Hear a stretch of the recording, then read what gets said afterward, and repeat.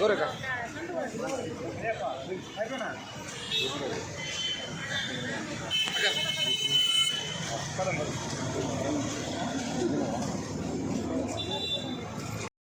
అయిన తర్వాత మా గురువర్యులు ఎమ్మెల్యేగా అయిన తర్వాత పర్టికులర్గా మన ఇందిరానగర్కి ఎంతో డెవలప్మెంట్ చేశారు.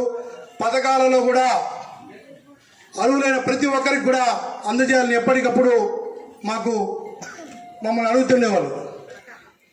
ఏ ఎమ్మెల్యే కూడా మన వార్డుకి పెద్దలు మన ఎమ్మెల్యే గారు వచ్చినంత ఫ్రీక్వెంట్గా కూడా ఎవరు రాలేదు. అనేక సంక్షేమ పథకాలు మన ఇందిరానగర్లో మొత్తం కూడా ప్రతి ఇంటికి చేరడం జరిగింది. మనము ఇందిరానగర్ ప్రజలందరూ కూడా గురువర్యులు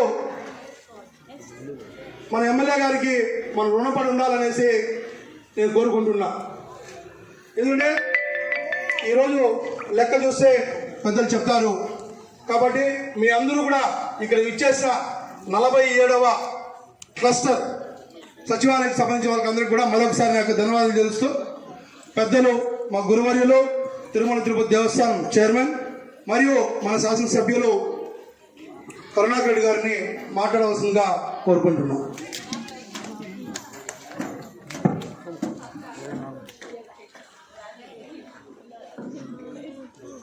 సభ అధ్యక్షుడు తమ్ముడు చంద్రశేఖర్ రెడ్డి గారు, నా స్నేహితుడు సిద్ధారెడ్డి గారు, ఈ వార్డు నాయకురాలు మాకెంతో ఆత్మీయురాలు గంగులమ్మ గారు, దేవదానం గారు, ఈ క్లస్టర్ ఇన్ఛార్జ్ కుమార్ గారు, వేదిక మీద ఉన్నటువంటి ఇతర తమ్ముళ్లకు చెల్లెమ్మలకు మీకందరికీ కూడా వినయపూర్వకమైనటువంటి నమస్కారాలు. ఈ సందర్భంగా మీ కార్పొరేటర్